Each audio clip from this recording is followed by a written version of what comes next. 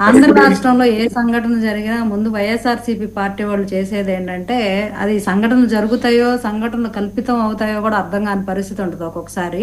వాళ్ళే వెలుగులో తీసుకొస్తారు. అవి వెరైటీగా ఎట్లాగ తీసుకొస్తారంటే, వాళ్ళే మొత్తం ఇప్పుడు ఇందాక అజయ్ సజ్జ గారు చెప్పినట్టు ఫస్ట్ అతను ఏ క్యాస్ట్ ఏంటి మొత్తం డీటెయిల్స్ అంతా వీళ్ళే ఇస్తారు. అంటే దాని మీద కంప్లీట్‌గా అసలు ముందు క్యాష్ దగ్గరికి ఎవరు ఆలోచించరండి. ఏదైనా సంఘటన జరిగింది, అయ్యో! జరిగిందా పాపం ఎలా జరిగింది? ఏంది? దీని మీద ఆలోచిస్తారు. కానీ వీళ్ళేంది ఖచ్చితంగా క్యాస్ట్ గురించి ఆలోచిస్తారు.